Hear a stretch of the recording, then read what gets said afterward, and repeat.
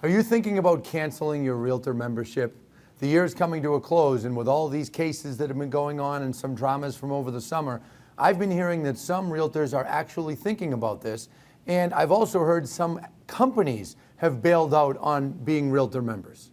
To me, that's the craziest thing that I've ever heard. Why at a time that we are under attack, why at a time that our market is in a tough spot, would you bail out on what you've believed in for several years? Would you bail out and run the other way and allow the enemies to get their victory? Anthony Lamacchia here with Crush It in Real Estate and Lamacchia Realty. And I want to talk to you all about this because I'm very concerned that some are even considering this, okay? I know that there's been some major companies who have done this, one in particular that I can think of, and then a couple of random companies across the country. And I couldn't understand why they did it over the summer, even though there was some potential scandals and things in the media. But now that we're under a full-blown attack, and since the Sitzer-Burnett verdict, all of a sudden, there's more people considering it because they're frustrated with the Realtor organization. My answer to you, if you're frustrated with the organization, is get involved, okay? I am someone who was not involved at all from 2004 when I started in the business until 2010. Then in 2010, I began advocating for myself and my clients on my own around Washington, D.C. And then I started making connections at the Realtor organization in Washington, D.C. and realizing that they were working on the same things that I was. And that was the beginning of my getting involved.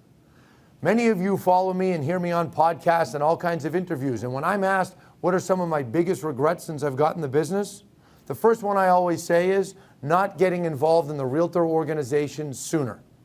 Had I started getting involved back in 04, 5, 6, 7 when I got into the business, would have made my business more successful, would have been better for my clients, would have been better for everything that I work on in the real estate business, especially our and my, at the time, clients, okay? Hear me out for a few minutes so that I can talk to you about this and point out things that I think many of you are missing, okay? The Realtor organization, not only, folks, if you want to call yourself a Realtor, you need to be a member. Keep that in mind. If you're a licensed real estate agent, that does not make you a Realtor. A Realtor is next level, and yes, you have to pay a membership fee to do that, a very small one at that. That's number one. Number two, let's talk about some of the government affairs items. Let's talk about some of the things that have happened just over the last few years. What about when COVID hit? First time in history that independent contractors, gig workers were able to collect unemployment. Do you know what trade organization made that happen more than any other group? The Realtor organization. They made that happen. They went to battle on Capitol Hill at the White House to make sure that realtors would be covered with unemployment. That's just a little bit.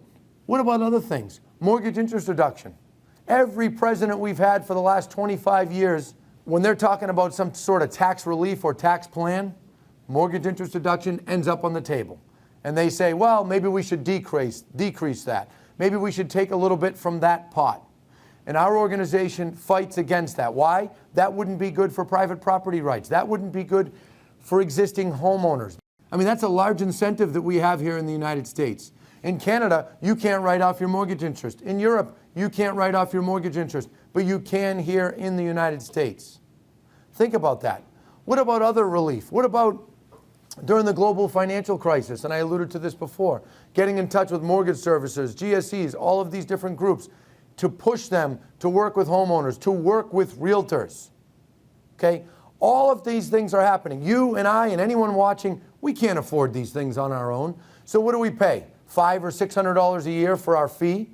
Some of us pay more because we invest more in RPAC, and I made sure to wear this pin for this video. Now, I'm not going to go on a big spiel about RPAC, but the Realtor Political Action Committee makes it easier for our lobbying team to get access to various lawmakers. Now, when you hear that, you may say, well, I don't like lobbying. I don't like lobbyists. Well, I have news for you. That's how Washington works. And if you want your clients and us realtors to have the best access, to have a say on what goes on in Washington, D.C., we have to have these things. That's why I don't just have a Realtor member company. I don't just pay my dues, but I invest in RPAC. Okay? And I've been doing it for a long, long time at the highest level that you can do it. And that's something that you should consider if you're someone who's watching this video agreeing with me, but you haven't taken the next step to get involved in RPAC. Look into it. It is an investment.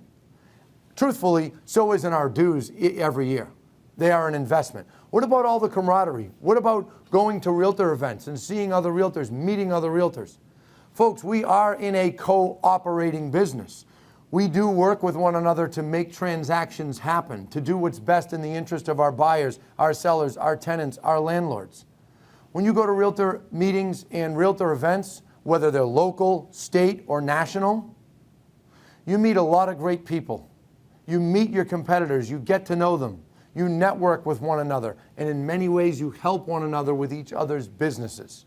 I can't say enough how much the Realtor organization has done for me, for my business, for my clients, for our realtors here at our organization. So if you're not involved, get involved. Because once you do, you will do what I do, what I did. You will go from questioning your annual dues bill, which is due right around now, to saying, this is a small price to pay, okay? So get involved. I call on you to do that. Anyone watching, whether you are local or national, if you are shy or a little bit hesitant about getting involved, feel free to email me back, send me a message. I'd be happy to have you join me to an event. I'm calling on all realtors and all licensees across the country. I believe we have about 1.6 or 1.5 million realtors and about 2.5 to 3 million licensees. I'm calling on all others to become realtors. This is the time that we should be working together. We should be banding together. Not like the lawyers try to say, banding together for fees. We don't do that, as you all know. But we should be working together to fight against these enemies that we have. Because the truth is, we do have adversaries in this business. There are people trying to take down our organization. And this is the last time that we should be breaking apart, that we should be not paying our dues, that we should not be getting involved, okay? This is the last time for that. This is the best time to be involved, to band together, to be together, to continue to help homeownership and realtors as a whole. I hope that makes sense to all of you. I wish you the best of luck in 2024. Happy New Year, and I hope to see you at a realtor event soon.